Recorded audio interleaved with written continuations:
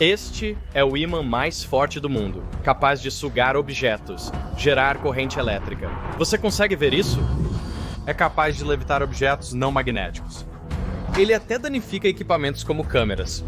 O fio é magnético, impedindo que os elétrons encontrem o caminho em um sensor semicondutor de óxido metálico complementar. Eles são redirecionados. Se você notar um vídeo ou áudio ruim, é muito difícil filmar nesses campos magnéticos. Eu vim para o Laboratório Nacional de Campo Magnético Alto em Tallahassee, Flórida, onde desde o ano 2000 eles detêm o recorde mundial do Guinness para o campo magnético contínuo mais forte. Uma cadeira foi deixada em local inapropriado. Então foi acelerado através da célula? Arrancou totalmente as entranhas da cadeira. Agora todos nós temos aquelas cadeiras de madeira bonitas, super desconfortáveis. Para referência, o campo magnético da Terra é de 0,00005 Tesla. Um ímã de geladeira é cerca de 0,01 Tesla. Máquinas de ressonância magnética podem chegar a 3 Tesla, mas este eletroimã cria um campo magnético de 45 Tesla, quase 1 milhão de vezes o campo magnético da Terra. Para alcançar esse campo, o ímã consiste em um ímã supercondutor externo e um resistivo interno. Explicarei o motivo de precisar de ambos em breve. O aparelho tem 2 andares de altura, mas o campo máximo ou centro do campo só ocorre no centro de um cilindro estreito que passa pelo meio. Agora está desligado, não há matéria. Posso colocar meu dedo no furo? Isso é uma má ideia? Não, está tudo bem. Você pode totalmente fazer isso. Então é lá que tem 45 Tesla. Mais para baixo. A 1 metro de distância. 1 metro para baixo. E então isso apenas cai por um tempo? Sim. Percorre todo o caminho até o fundo? Oh, uau! O campo máximo tem cerca de 1 centímetro de altura. Imagine amostras minúsculas, como um chip de computador ou celular. Isso é o que os usuários trarão. É suficiente para o que queremos fazer com ciência dos materiais ou pesquisa de matéria condensada. Como não podemos ver ou filmar no centro do ímã, vamos experimentar com o campo magnético que se estende acima e ao redor do ímã nesta plataforma. Então o ímã está lá? Sim. Mas o campo magnético se estende até aqui. Sim, e passa. Isso é chamado de campo marginal. Embora seja muito mais fraco que um de 45 Tesla, ainda é bastante perigoso. Para um ímã supercondutor depende do tamanho desse furo. Então, quanto maior o furo, maior o campo marginal, porque o fluxo magnético não penetra nas bobinas e você precisa formar um loop completo. Então esses loops apenas se movem cada vez mais e mais para fora para formar esse campo. Esta é a linha de 100 Gauss para o campo marginal. Então, o que acontece com os objetos ao redor da linha de 100 Gauss? Coisas com formas começarão a se orientar de acordo com o campo. Então, se você tiver isso em uma mesa, digamos aqui, ele começará a girar por conta própria. Se você chegar muito mais perto, ele irá embora. Quando você perceber que está se movendo, já é tarde demais, pois não há objetos ferromagnéticos dentro da linha de 100 Gauss. Se você tiver algo ferromagnético em você, qualquer implante que seja metálico, marca passo. Alguém? Ok. Aumentar este ímã para a potência máxima leva cerca de 1h30. Isso porque eles têm de colocar 47.000 amperes de corrente no eletroimã supercondutor externo. 47.000 amperes. 47.000 amperes, 500 volts. Isso é tão insano? Ok, vamos colocar tudo até o campo total. Uma coisa que acontece em um campo magnético forte, obviamente, é que materiais magnéticos são atraídos por ele. Cortamos uma bola de futebol Nerf, inserimos arruelas de aço e a costuramos, garantindo que as arruelas permaneçam dentro da bola. Também cobrimos a abertura do ímã para evitar que a bola seja sugada para dentro. Obtivemos uma bola de futebol Nerf original. E com certeza é fácil identificar qual bola contém as arruelas. Tentei jogar a bola de futebol e acertei o lado do ímã. 0. Depois de algumas falhas... Não! Você está brincando comigo! Ele pulou e ficou preso. Deveria ter parecido mais com isso. Outra coisa a fazer se você tem um ímã forte é conseguir ferro fluido. O ferro fluido contém nanopartículas de magnetita, um mineral com ferro, suspensas em solução e revestidas com um surfactante para evitar a aglomeração. Mas em um campo magnético externo, todos eles se alinham, como limalhas de ferro próximas a um ímã. O ferro fluido desenvolveu cristas paralelas a metros do ímã e espinhos se formaram na superfície ao nos aproximarmos, alinhando as partículas de magnetita com o campo. Ainda mais próximo, o ferro fluido escalou a lateral do recipiente. Então não é muito, mas é apenas uma espécie de pequena puxada. Tente incliná-lo para longe e você sentirá a diferença. Ah, sim, definitivamente é melhor fazer este caminho. A magnetita é, na verdade, o mineral que levou as pessoas a descobrirem o fenômeno do magnetismo em primeiro lugar. Há pelo menos 3.000 anos, fragmentos de magnetita naturalmente magnetizados foram encontrados em Magnésia, uma região da Grécia. É daí que vem a palavra ímã. Em grego, eles eram chamados de pedras de magnésia. Mas eles também eram chamados de magnetitas. Descobriu-se que as magnetitas podiam se atrair entre si ou atrair pedaços de ferro. No século XI, os chineses notaram que os ímãs poderiam ser usados para criar uma bússola sempre apontando na mesma direção. O lado que apontava para o norte da Terra era chamado de Polo Norte Buscador, e o outro lado, Polo Sul Buscador, embora hoje frequentemente digamos apenas Polo Norte e Sul do ímã. Mas por que apenas alguns materiais são magnéticos? Os átomos são essencialmente ímãs minúsculos, mas na maioria dos átomos eles estão emparelhados, um apontando para um lado e o outro apontando para o lado oposto, então seus campos se anulam. Em elementos com conchas externas de elétrons meio cheios, bem, então eles não podem se emparelhar. Então, os átomos têm campos magnéticos. Se os átomos vizinhos não estiverem alinhados, os campos magnéticos de todos os átomos se anulam e o material é não magnético. Mesmo que você consiga alinhar os átomos em uma parte do material, conhecida como domínio, eles podem estar opostos aos átomos em outros domínios e se anularem. Então você precisa que todos os domínios estejam alinhados. Normalmente, quando você vê esses, são ímãs realmente fortes, mas não aqui, ainda não. Isso pode ser feito aplicando um forte campo magnético externo. Agora mesmo, esses não são magnéticos. Eles não grudam um no outro. Ele está carregando-os para dentro da bobina de Helmholtz. E então você obtém um ímã permanente. Materiais que atendem a esses critérios são chamados de ferromagnéticos, como o ferro, o elemento magnético mais comum, além do níquel e cobalto. No poderoso campo magnético ao redor do ímã mais forte do mundo, o comportamento dos materiais não ferromagnéticos é ainda mais surpreendente. Temos 4 folhas de materiais distintos. 2 tipos de plástico, cobre e alumínio. Quando estão parados no campo, não há diferença entre eles. Porém, quando eles se movem, 2, um solte, materiais condutores de eletricidade caem mais lentamente.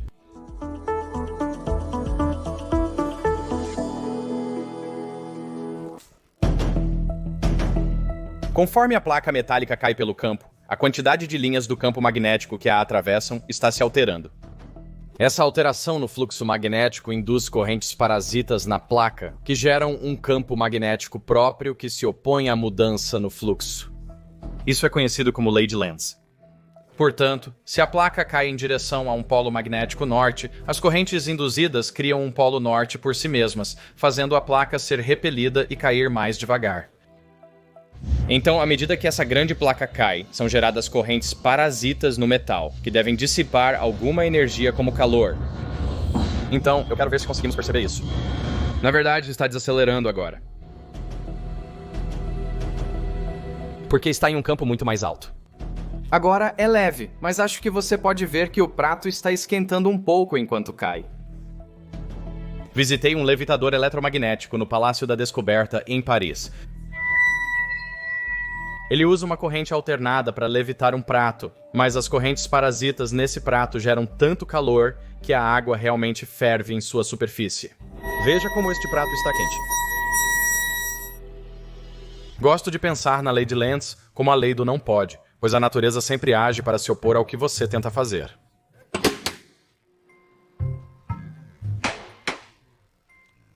Se a placa está caindo, correntes parasitas são induzidas para frear sua descida. Mas se você tentar pegar a placa,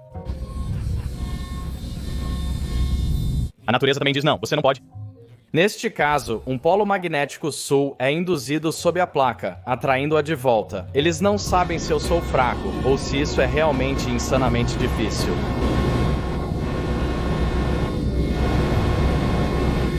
Aí está. Você é forte como um touro. Não importa o quanto eu tentasse empurrar o prato para baixo, ele não iria muito rápido, porque mesmo que eu pudesse acelerá-lo um pouco, isso aumentaria a taxa de mudança de fluxo, as correntes induzidas e seu campo magnético associado.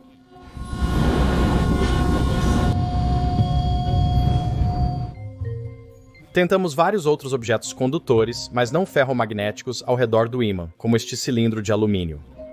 Solte-o diretamente no ímã, e a natureza diz, não, você não vai. Rolar por cima. Não, você não vai. Sim, se recusa a rolar. Envolvemos uma bola de vôlei em papel alumínio e a passamos pelo ímã.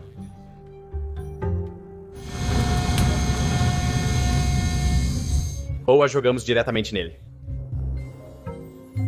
Novamente, a mudança no fluxo magnético induz correntes parasitas que geram seu próprio campo magnético para se opor à mudança original.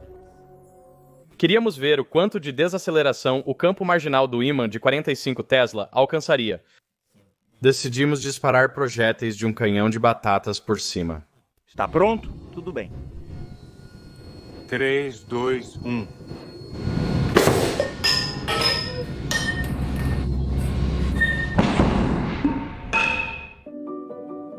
É assim que o projétil parecia com o campo magnético desligado, e é assim que ele parecia com o campo magnético ligado. Se compararmos os dois disparos, você pode ver que, à medida que o projétil entra no campo magnético, as correntes parasitas induzidas giram o projétil, de modo que ele permanece orientado ao longo das linhas do campo magnético, e isso minimiza a mudança no fluxo que é experimentada pelo projétil. Atualmente, alguns projéteis possuem bobinas de fio conectadas a LEDs. Os LEDs são polarizados em direções opostas, então não importa a direção do campo, um deles acenderá. Esperamos que, ao atravessar um campo, você veja a mudança de cor do LED do cone do nariz. E com certeza, esses projéteis se acendem, evidenciando as mudanças nas correntes induzidas da bobina. Em todos esses casos, a energia elétrica induzida é dissipada como luz ou calor. E se houvesse um material que não dissipasse energia, como um supercondutor abaixo de sua temperatura crítica? Duas coisas importantes sobre o supercondutor de alta temperatura que usamos aqui. Abaixo da temperatura crítica, a maioria dos materiais apresenta resistência elétrica zero. Assim, ao aproximar um ímã, correntes são induzidas para se opor à mudança no fluxo magnético. Como um supercondutor, essas correntes podem durar indefinidamente e expelir todo o campo magnético. Além disso, há filamentos não supercondutores no material. Existem defeitos que são projetados nos supercondutores, uma segunda fase, que prende essas linhas de campo magnético e as impede de se moverem. Ele não pode mais subir ou descer porque está meio que preso nessa configuração magnética. Este é o levitador humano. Ele consiste em um ímã de 40 kg flutuando acima de um anel de supercondutores. Estou em pé sobre um ímã e embaixo há um supercondutor. Isso mesmo. Quando fico em pé no ímã, ele é pressionado para baixo nos supercondutores, mas o aumento no fluxo magnético é contrariado por correntes nos supercondutores, criando um campo magnético que repele o campo magnético do ímã em que estou em pé.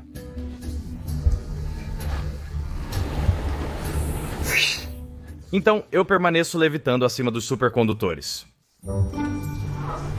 Trouxe também um soprador de folhas. Quer segurá-lo e ligá-lo?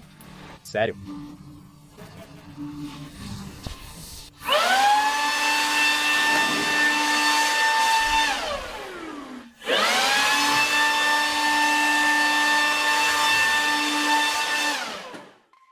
Agora, há uma nova forma de levitar em um campo magnético que não está relacionada a correntes parasitas induzidas. Isso ocorre porque todos os materiais têm propriedades magnéticas, que são difíceis de observar sem a presença de um campo magnético forte. Alguns materiais são sempre atraídos por campos magnéticos. Eles apresentam paramagnetismo. O oxigênio é assim. Temos oxigênio líquido gotejando na parte inferior aqui, e ele é atraído pelo ímã. Não importa se é um polo magnético norte ou sul, a presença do campo externo faz com que o campo magnético do material fortaleça o campo magnético geral e isso causa atração. A maioria dos materiais são repelidos por um campo magnético forte o suficiente, fenômeno conhecido como diamagnetismo. A água exemplifica bem isso. Na presença do campo externo, as moléculas de água se tornam efetivamente ímãs opostos e, portanto, são repelidas. Então aqui você pode ver como trazer um ímã perto da superfície da água cria uma depressão. Você pode usar essa repulsão em um campo magnético forte o suficiente para levitar objetos que normalmente não imaginaria serem magnéticos. Aqui estamos usando um ímã de 30 e um Tesla um pouco mais fraco para podermos usar uma configuração de periscópio e realmente ver dentro do furo. Assim que você estiver neste caminho óptico, você deveria ser capaz de reagir tudo para baixo com nossa câmera. Maravilhoso. Esse morango será magnético em um campo suficientemente forte. É diamagnético agora, mas não estamos em um campo forte o suficiente para vermos qualquer coisa, correto? Sim. Por causa da água. A água é diamagnética, e há muita água em morangos. Oh, isso é bom. Oh, isso é lindo. Isso é lindo. O mesmo ocorre com uma framboesa ou um pequeno pedaço de pizza de plástico. Organismos vivos possuem água suficiente para serem levitados. Eles não fariam isso aqui no laboratório magnético, mas as pessoas já levitaram sapos e gafanhotos.